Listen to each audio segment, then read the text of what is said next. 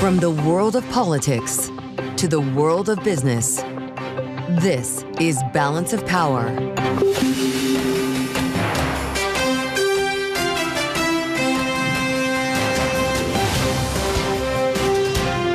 Live from Washington, D.C. The president heads for the Rust Belt to mark 100 days. Welcome to the Tuesday edition of Balance of Power. As Donald Trump stages a big rally in the suburbs of Detroit tonight, I'm Mathieu alongside Kailey, Leinz in Washington. We thank you for being with us. Kailey, he's going to be showing up, we understand, with an offering to the big three automakers. Yeah, a revision to the auto tariff regime, essentially changing the 25% tariff on auto part imports, which was set to go into effect next week, making sure these car makers can claim an offset based off the value of a vehicle, 3.75%. Frankly, Joe, this seems a little bit complicated, but the White House is saying that this is in response to the concern from these companies. And you saw that concern evident in GM today, had to pull its guidance because of the uncertainty around the tariff impact. It is interesting timing to be rolling into Detroit as GM puts up earnings and we look across the border with what happened in Canada yesterday. It's a curious moment. We are going to bring live coverage of that rally. It's expected to be a campaign-style rally, as I mentioned, in the suburbs of Detroit, 6 p.m. Eastern time. Bloomberg's Tyler Kendall is already there. She'll have a live report for us straight ahead. And we're going to get the perspective from the other side of the aisle. It's just what we have experienced in the last 100 days. As President Trump is likely to argue tonight, things are going great. Promises made, promises kept. But the Democratic governor of Kansas will join us this hour for her take on whether or not these policies are moving the country in the right direction. Voices from the heartland today on the show from Washington. Indeed, but we're not just in Washington. We're in New York as well. At least Charlie Pellet is. That's where he monitors the markets for us here on Bloomberg TV and radio. Charlie, how are we looking on this Tuesday? Right now we are looking lower, and that is a big reversal from our last update. Kailey, Leinz with the S&P 500 index just dipping into the red, down by 2 points now. Little changed, yes, but giving up earlier gains. We've got the Dow up 114 now, up by about 0.3%. And NASDAQ, the composite index, lower by 36, down 0.2%. The NASDAQ 100 index also down 0.2%. The Russell 2000 index of small cap shares up by about 0.1%. Our Mag 7 index ahead of key tech earnings, lower by 0.4%. The 10-year right now 4.16%, with the 2-year 3.64%. Gold down $15 the ounce, 33.28, down 0.5%. West Texas Intermediate crude down 2.7%, 60.35 a barrel, and Bitcoin right now up by about 0.4%, 94,875 on Bitcoin. GM shares are lower by 2%. General Motors withdrawing its earnings guidance for 2025, also putting $4 billion in share buybacks on hold because of uncertainties surrounding tariffs. Honeywell International raising its full-year guidance for earnings per share, expecting to offset $500 million in tariff exposure with price changes and other actions. Honeywell up by 4.6%. Business of sports. Sources tell Bloomberg former New York Giants quarterback Eli Manning is putting together an investment group to bid for a piece of the NFL team. Manning led the team to its last Super Bowl victory in 2012. Again, recapping, little change for the U.S. equity market right now, giving up earlier gains. S&P right now down by 0.5 point. Balance of power continues right now, and back we go to Washington. Once again, your hosts, Mathieu and Kailey Leinz. All right, Charlie Pellet with a look at trading about 3.5 hours since the opening bell rang at 9:30 a.m. Eastern time. And we're seeing a new trend here in Washington this week, which is a pre-opening bell briefing here in Washington from the White House press secretary, Karoline Leavitt. 2 mornings in a row, 8:30 a.m. Eastern time is when these have been called, and she's been joined by other officials in the administration. Yesterday it was Tom Homan, who of course is the border czar. Today it was the Treasury Secretary, Scott Bessent. As tariffs, as always, remain in focus, specifically tariff negotiations with trading partners. And the ongoing question as to whether or not those negotiations are even happening with China at the moment. This was the Treasury Secretary earlier. I'm not going to get into the nitty-gritty, again, of who's talking to whom. But as I said, I believe for the Chinese, these tariffs are unsustainable. And very quickly, 2 days ago, you said you didn't know if President Trump had spoken to Xi Jinping. Do you know now? Again, I would say Caroline and I have a lot of jobs around the White House. Running the switchboard in one of them. Running the switchboard isn't one of them. Maybe Tyler can help us with the switchboard. She's made her way to Michigan, where President Trump is going to be speaking later in what's being billed as an achievement speech marking 100 days. Bloomberg's Tyler Kendall in Warren, Michigan. It's at a community college. Tyler, set the stage for us. Yeah, hey, Jim. So Warren, Michigan, we're in Macomb County. You can probably hear the crowd behind me. We're going to show you what the scene already looks like. For our radio listeners, you can see people are already starting to line up here as President Trump is expected to take the stage at 6 p.m. Eastern. This is an auto industry hub. In fact, a county official tells me the area has 338 vehicle manufacturers that employs about 22,000 people. And it comes as President Trump is expected to sign those executive orders on Air Force One on his way over here to Michigan that you've been talking about that could give some reprieve to automakers. That includes preventing the stacking of levies for automakers so that they wouldn't be subject to that 25% tariff on steel and aluminum, for example. It also would potentially modify how we see auto parts tariffs end up being tariffed by allowing companies that make the fully assembled vehicles in the United States to get an offset of up to 3.75% of the MSRP value for the next year. Now, administration officials, and we should be clear, this is not changing the actual 25% tariff rate that automakers are facing, but administration officials say that this should give them at least a little bit of a boost, a little bit of a reprieve to reshore manufacturing to places like Michigan. Here's what the Treasury Secretary had to say about it earlier today. I can tell you that it will go substantially toward reshoring American auto manufacturing. And again, the goal here is to bring back the high quality industrial jobs to the U.S. I was on a press call earlier today with senior commerce officials who told us reporters that ultimately it really was the talks with the big three automakers that made the difference here, that ultimately spurred the administration to make these changes, because the White House says that they have gotten commitments from these companies to reshore production, and they just needed a little more time. Well, and Tyler, obviously no surprise that this is likely to feature heavily in the president's speech tonight, given where he is speaking, and we can already hear the excitement of the crowd that is gathering hours early. What are his other primary messages going to be tonight for those who are assembled to see him? Well, the administration really is focusing on the two prongs of its economic approach today, with Scott Bessent this morning touting progress when it comes to tariff negotiations, although we have yet to see any more concrete details about exactly where those stand. And then the other priority is that they are pushing, that they are moving very fast to get his tax agenda through. In fact, President Trump told Michigan Republicans not to come here tonight because he wants them to stay in Washington to get done the reconciliation package. We heard from the Treasury Secretary yesterday that they would like to see the entire package done by July 4th. It's something that Senate Majority Leader John Thune said was an aspirational goal. Instead, we're really thinking that that X date is going to be the hard deadline for lawmakers. But it is clear that this White House is pushing to get more cash into consumers' pockets quickly, try to turn the attention there as they deal with the fallout when it comes to the tariffs from retailers and consumers alike. All right, Bloomberg's Tyler Kendall live in Warren, Michigan, where it is already loud. I can't imagine what it's going to be like this evening when President Trump speaks at 6 p.m. Eastern time. Thank you so much, Tyler. And for a kind of taste as to what we might be able to get from President Trump tonight, beyond what we just heard from Tyler, let's hear from the president himself, some of the highlights of his first 100 days in office.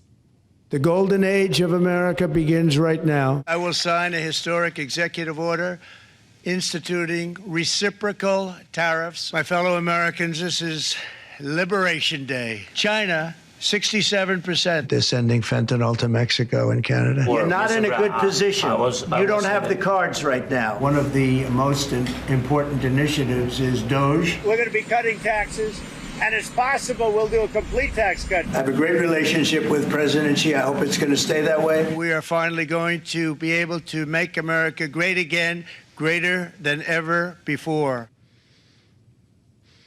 Words from the Republican president of the United States. And we want to get the other side now from a Democratic leader of a state, the state of Kansas specifically. Its governor, the chair of the Democratic Governors Association, mind you, Laura Kelly, is joining us now here on Bloomberg TV and radio. Governor, thank you very much for being with us here on Balance of Power. I would imagine it will be several times tonight. We might hear some iteration of promises made, promises kept. by President Trump and hear those words from his lips. He argues, Governor, that what we have seen over the last 100 days is him fulfilling the desire of the voters who elected him. Is he fundamentally wrong about that?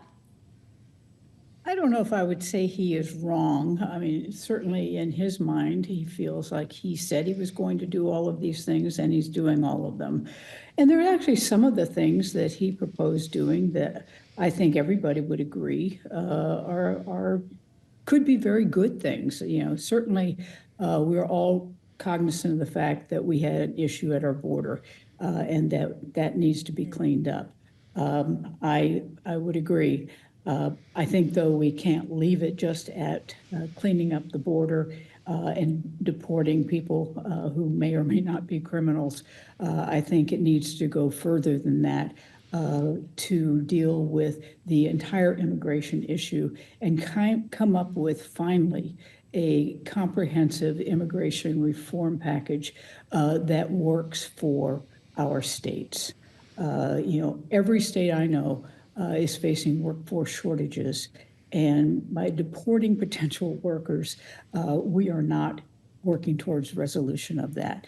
We really need the administration and Congress to sit down and finally come up with a real solution that would resolve the border issue, but also resolve our workforce issue.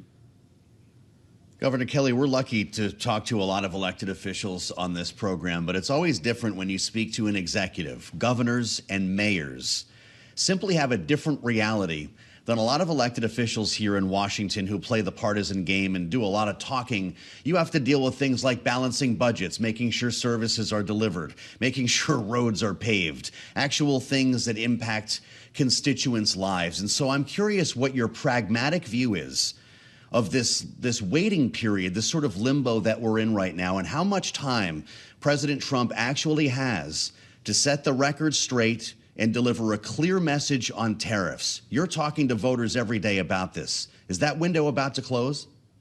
Well, I think we're past time. You know, I think the first 100 days of this administration has just sown chaos and uncertainty all across the country. And all across issues and industries. You know, the tariff issue is obviously the one that's most prominent and clearly creating issues for our economies in our states. You know, in my state alone, you know, we have worked so hard over the last 6 years and been very successful in growing our economy, you know, in bringing in new and different industries into our state, creating 75,000 jobs, bringing in $22 billion worth of new capital investment, which is huge for a state like Kansas. All of what we've been doing is getting put up in the air as the companies that we have recruited, the companies that are here, are dealing with all of this chaos and uncertainty on the tariff issue, and they don't know where to go or what will work as they move forward. So everybody's getting to a standstill kind of position, which is not good for the companies, and it's certainly not good for our states. So, you know, you know, while I recognize that every new administration has the right and responsibility to, you know, put into place policies and procedures that they think are necessary to move the country in a way that they think appropriate, but doing it in this way where it's just willy-nilly, one thing one day, another thing the next day, isn't helpful. Not to move their agenda forward, but certainly not to help our states stay on a path.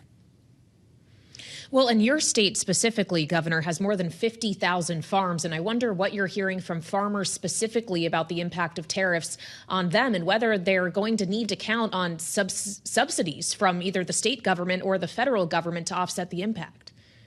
Yeah, well, you know, we have two major industries here in the state of Kansas. Aviation is one of them, and, you know, as has been in the paper, there are lots of issues going on with the aviation industry as a result of these tariffs and these sort of international battles that are going on right now, but certainly in agriculture here in Kansas, but then across the country, the tariffs create absolute havoc and real concern for our farmers.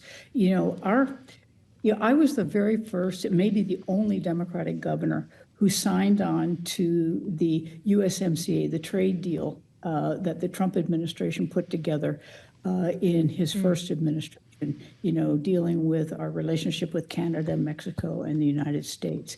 I signed on to that because I thought it was in the best interest of Kansas, and now that's all being thrown out. Nothing's really replacing it. But what has happened is that our relationship, particularly with our two biggest trade partners, Canada and Mexico, are in a shambles. Our farmers very much depend upon the potash that they get from Canada to fertilize their fields. A lot of our produce and stuff, which we can't grow here, is brought in from Mexico. Our exports, for instance, when the USAID was sort of shut down, moments after he took office, we had, I don't know how many millions of pounds of Milo that was sitting in silos here in the state of Kansas. Their only customer was the USDA. They were growing this specifically for them to use. So my farmers are stuck with this stuff, and the market has been completely shut down. So there are a lot of problems, and we absolutely have got to come to some resolution very quickly. And they don't want, a handout. They got that the first time around. Remember that tariffs were put in place in the first Trump administration, and they did backfill that with cash. The farmers don't want that. That's a Band-Aid that doesn't do anything for them going forward. And I think their biggest fear with what's going on right now is that, not only are they not able to sell their product right now or export their products right, but that they will ultimately lose their markets, that countries aren't going to wait forever. They're going to go find somebody else who can supply what Kansas farmers have been supplying. So it is a huge concern, and one that I hope this administration will wake up to and finally deal with, because Governor Kailey, we only have 1 minute left. I want to give you an opportunity to pre-butt what we're going to hear this evening. Donald Trump carried your state by more than 16 points in 2024. What's your message to voters on this 100th day of the Trump administration? Well, there's not a lot to say to voters right now. We don't have an election. Midterms aren't until 26. Another presidential election is not till 28. But I would say to all citizens that they need to make a lot of noise about how this is really impacting them and their lives.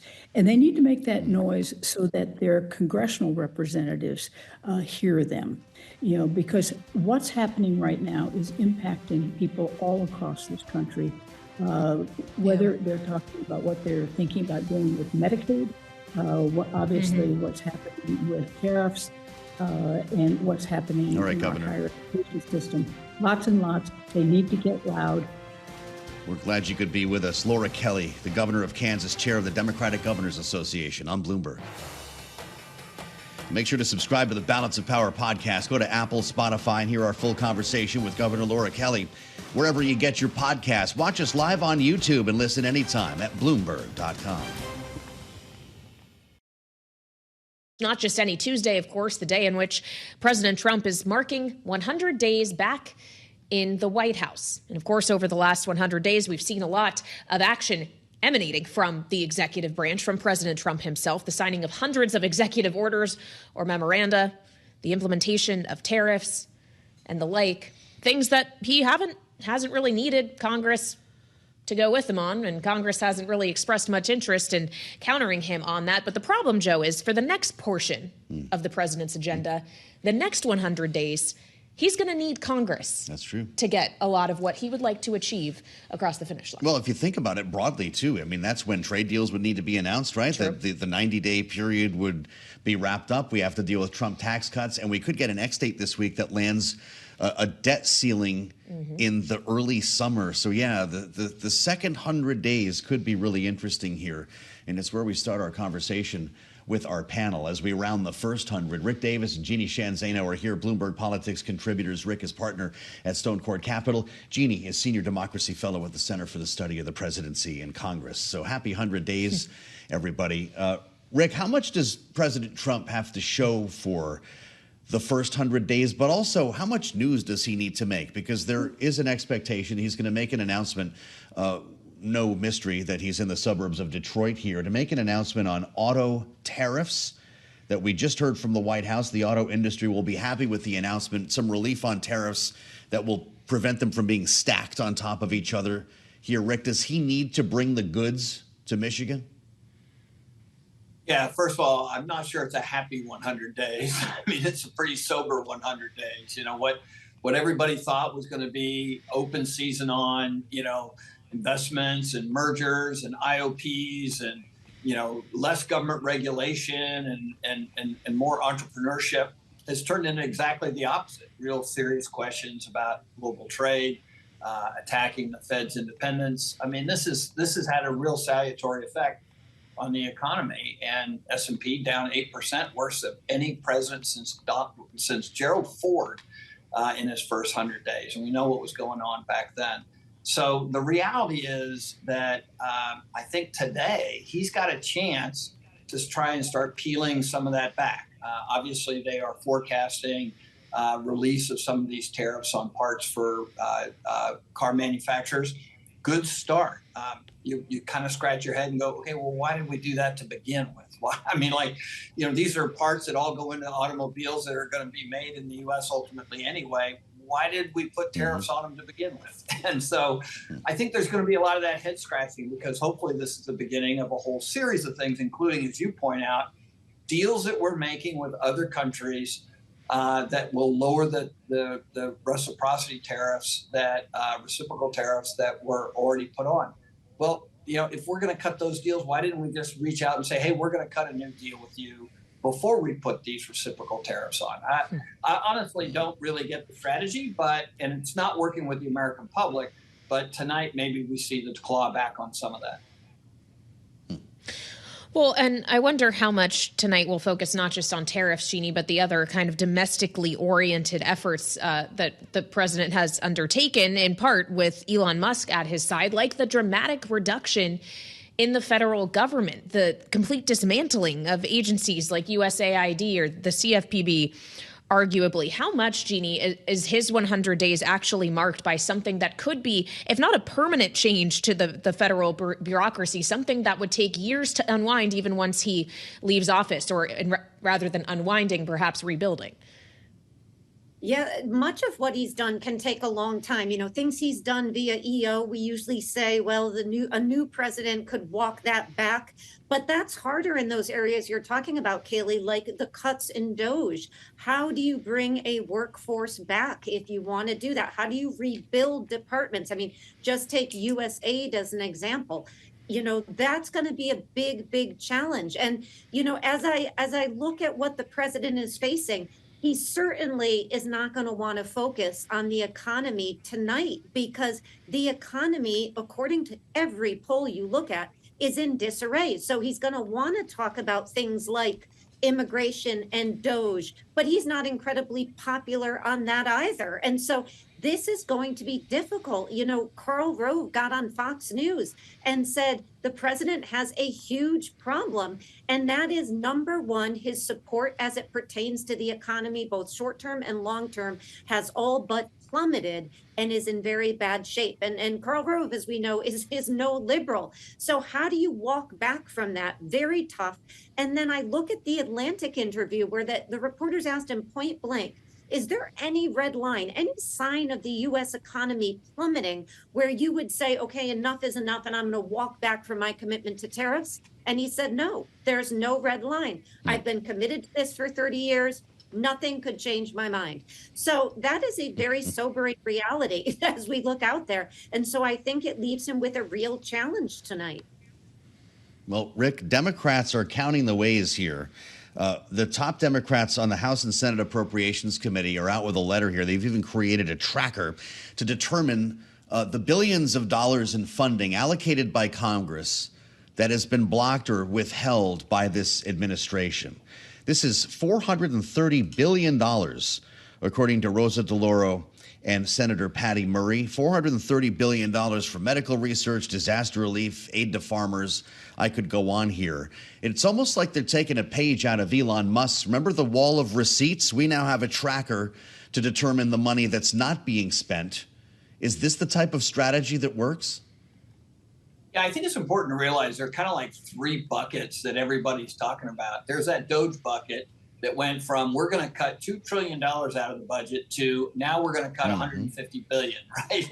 And these are cuts. These are things that will likely not come back. Then there's this $430 billion, which are things they're authorized to spend the money on. They're just not spending it. Those checks aren't going out. The funds aren't made available to the programs that have been authorized by Congress to do. And that's what Congress is tracking, saying, hey, this stuff is supposed to be done. There's a third bucket that Russ Vought's about to send to Congress, which is $9 billion of rescissions. That means here's money you gave us. We're giving it back. We're not going to spend that money. And so like there is a massive reduction in spending by the federal government going on, none of which we can really track effectively right now. And by the way, we talk as if the first 100 days is at the end of the administration. We have 3 years and 400 days left to this administration, and we're just getting started. So I think you can anticipate this fight continuing for a long time. Well, it certainly is incredible to consider the more than 1,300 days that we still have left. But of course, the president may be thinking about a kind of more immediate deadline here, Jeanne, as he wants to make sure he can get a maximum amount done with control of both chambers of Congress. Right now, Republicans have control. That could change after the midterms next year, which is why they're trying to force through this budget reconciliation package with his tax cuts included as quickly as possible. The Treasury Secretary says now July 4th is really the target to get this done. It had previously been touted by the Speaker of the House as something that would be accomplished, at least in that chamber, by Memorial Day, knowing that the debt ceiling could be a factor in here as well. Is this really going to be something that can be completed by the August recess, given the difficulty of some of the subject matter that Republicans are going to have to tackle in the coming weeks? Yeah, they really want to just ruin your summer, Kailey. Forget about the beach. You're going to be working either Memorial Day, July 4th. It's going to be tough either way. I think in an odd way, the fact that the debt ceiling, they may come up to it, may light a fire under them. But either way, there is going to be a lot of inter-party squabbling on these issues because we've got these small groups of Republicans who are committed, and they, unlike Donald Trump when it comes to tariffs, they do have a red line that they won't go over. I mean, we were just talking about clawbacks, and you've even got a group of Republicans in Congress who say, we don't want clawbacks of the IRA. Quite frankly, we like those investments that Joe Biden made. Then you've got the other deficit hawks. And then, of course, you've got the folks on SALT, which, is one of my personal favorites. Then, you've also got folks who are saying, we're going to draw a red line as it pertains to something else. And so these groups are going to have to come together and figure this out. And it's going to be hard to do in a short period of time. And of course, Donald Trump is running right smack dab into a Madisonian government. It's all about divided power. Everything he's done this first 100 days has been unilateral executive power. Now he's got to deal with this other branch he's been able to run over for some time. But if they look at the same polls Karl Rove is looking at, they may decide it's not in their interest, and they indeed could lose their seats if they go along with what the president is proposing. So I think July 4th is ambitious, but Scott Bessen's a smart guy. Maybe he knows something I don't, but I think it's an ambitious timeline. Does that unilateral approach, Rick, that Jeanne describes the playbook for the next 100 days? Yeah, I don't think so. Look, I mean, even though Donald Trump did a lot of things through executive order, which he'll continue to do throughout his presidency, all he has to do is pick up the front page of any newspaper and say, oh, I'm going to issue an executive order on that today. That seems to be his MO. But remember, Congress gave him his cabinet. There were hearings, there were the votes in the House, in the Senate to confirm every member of his administration's cabinet, and the members had lots of opportunity there to hang people up and make it, quote, worth their while on a policy basis. But they didn't do it, and now they're all rallying around, the big, beautiful reconciliation bill, and I have no doubt that's what will become law. All right, Rick Davis and Jeanne Zaino, our political panel. Thank you so much joining us as we mark 100 days in office for President Trump and look ahead to his big speech in Michigan tonight, again slated for 6 p.m. Eastern Time. We'll have full coverage of that for you, but there's still more ahead here on the early edition of Balance of Power. This is Bloomberg TV and Radio. Thank you for being with us on the Tuesday edition here on Bloomberg TV and Radio. Find us on YouTube as well. Search Bloomberg Business News Live. With uncertainty being the key word at the IMF spring meetings last week here in Washington, certainly when it came to tariffs. And we're expecting to hear a little bit more on tariffs from President Trump when he speaks at the big rally in Michigan later, marking 100 days. Kailey, it's entirely likely that that uncertainty around tariffs will be featured prominently in the next 100 days.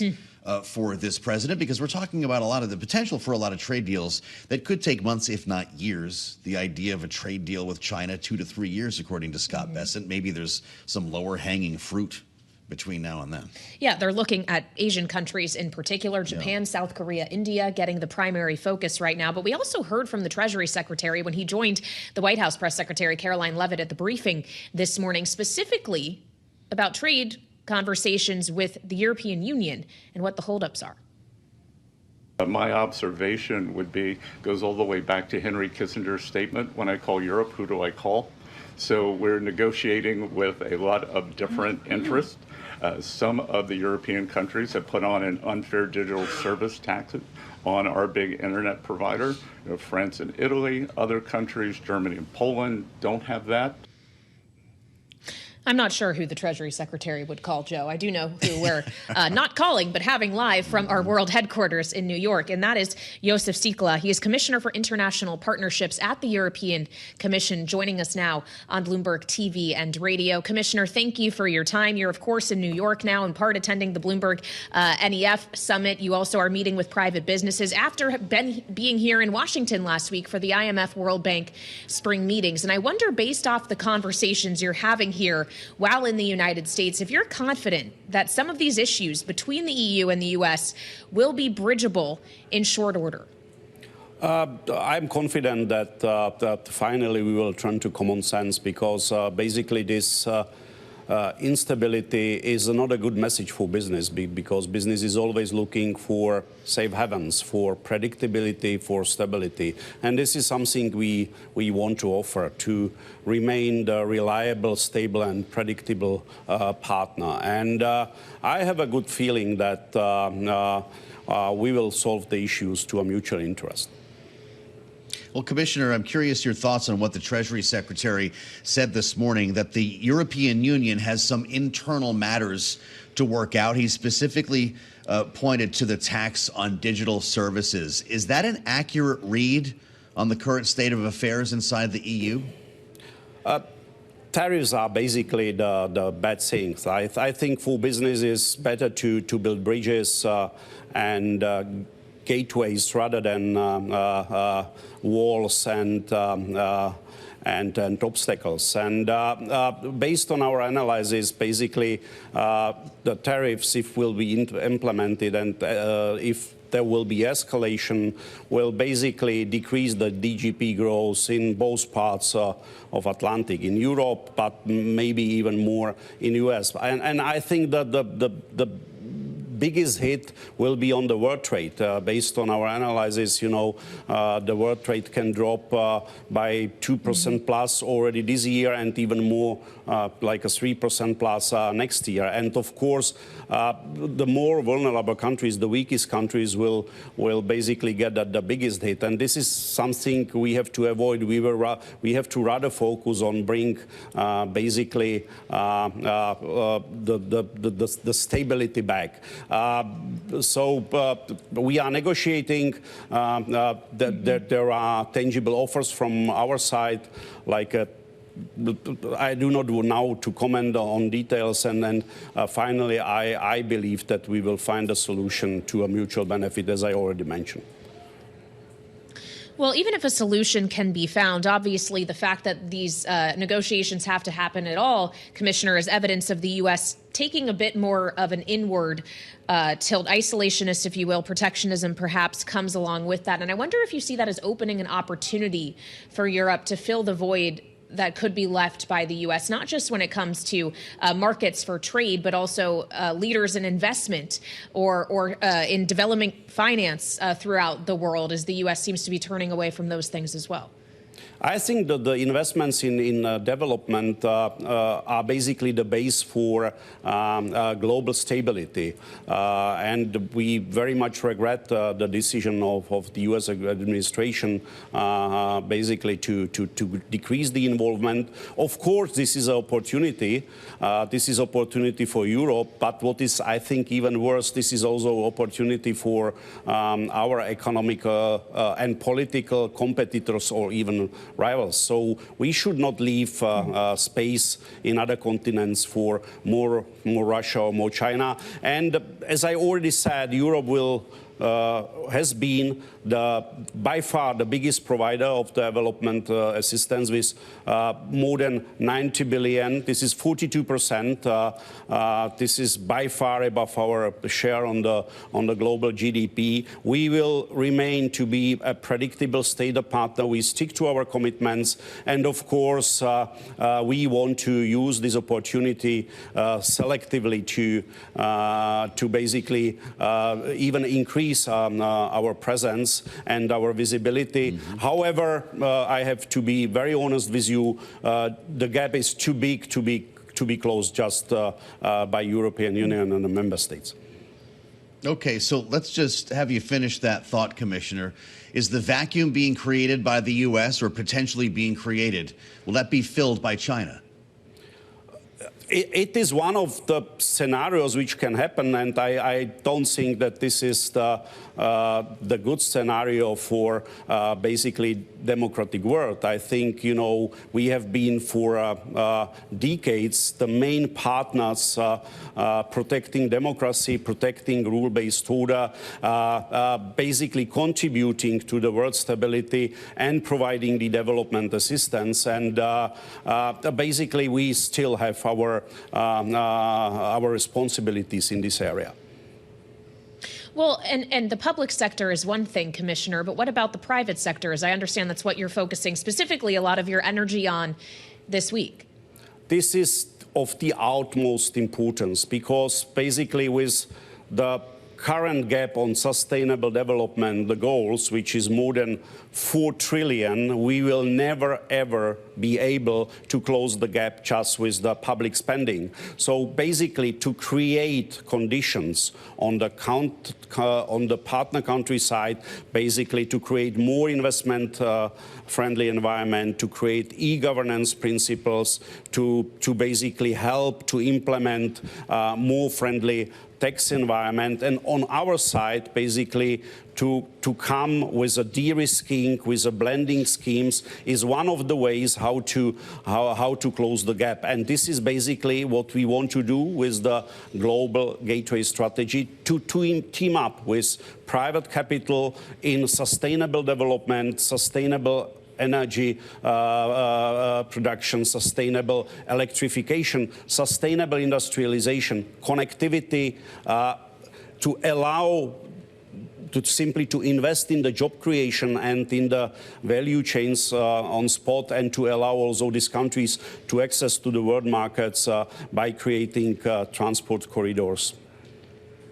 Speaking for the European Commission, Jozef Síkela, Commissioner for International Partnerships, with us from World Headquarters in New York. Thanks for joining us today on Bloomberg. Of course, we're a day after the big election in Canada.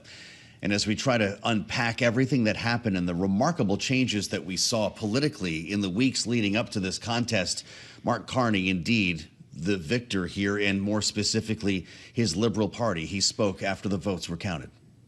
Our old relationship with the United States, a relationship based on steadily increasing integration, is over. The system of open global trade, anchored by the United States, a system that Canada has relied on since the Second World War, a system that, while not perfect, has helped deliver prosperity for a country for decades, is over. Let's bring you live to Ottawa right now, where Bloomberg's David Gura is still on the scene, having spent a couple of days covering this contest.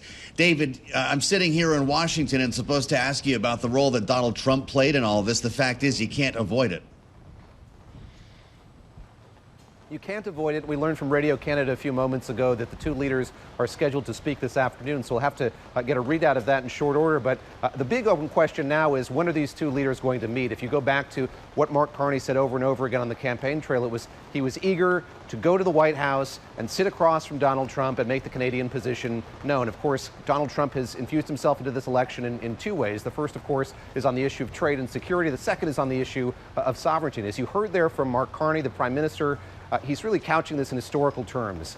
What he said last night in that victory speech is this is no longer a surprise to Canadians. They were surprised at first, but they've moved beyond that now, and they have to plot a way forward. And you look at the way that Prime Minister Mark Carney has approached the job since he assumed it a couple of weeks ago. He's taken trips to Europe and to the United Kingdom. He's had calls with all manner of foreign leaders.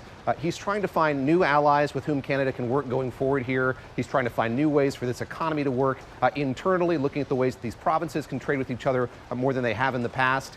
He's clearly turning the page here. And again, Joe, the thing that we're waiting for is some indication of when these two leaders are going to meet. When that happens, Mark Carney says he's going to be forceful in his messaging about trade and the economy.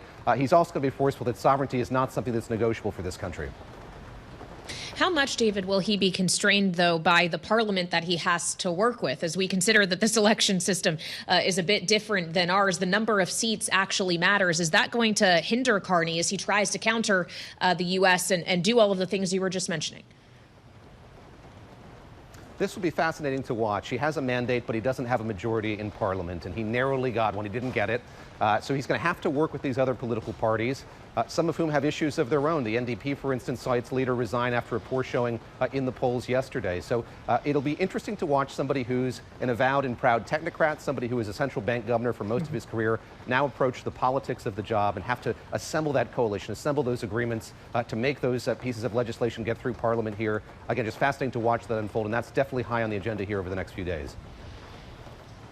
All right, David Gura, Bloomberg correspondent, live in Ottawa, where clearly, as we can hear on Bloomberg Radio and see on Bloomberg TV, the weather seems to be not as ideal as it was when David was reporting for us on Election Day. But we appreciate it all the same. And of course, I'm not sure the extent to which, although we very likely could hear about it given the proximity and the issue of the auto sector, Joe, we'll hear from President Trump about the election results in Kearney when he takes the stage in Michigan tonight, knowing that auto specifically and the transit of parts across Canada's borders, Mexico's borders is an issue as he visits Macomb County, which is an automaking stronghold. That's for sure. He's going to be in the suburbs of Detroit talking about auto tariffs and a bit of relief that will apparently exempt automakers from dealing with tariffs stacked on top of other tariffs. Thinking of aluminum, for instance, on top of reciprocal. He's going to try to iron this out. Getting headlines as well from the Commerce Secretary saying that he's got a trade deal pending approval right now. He's not naming that country. We've heard a lot about South Korea, our other Asian partners, as well as India, though, and it could be one of those. Yeah, and perhaps the president will have something to say on that further this evening. We'll, of course, have special coverage of that. As long as the president's talking, we'll be on the air here on Bloomberg TV and radio. It begins, though, at 5 p.m. Eastern with the late edition of Balance of Power. We'll see you back then. And we'll be here for the duration, as Kailey mentioned, throughout that rally. So join us a bit later today, right here on Balance of Power on Bloomberg TV and radio.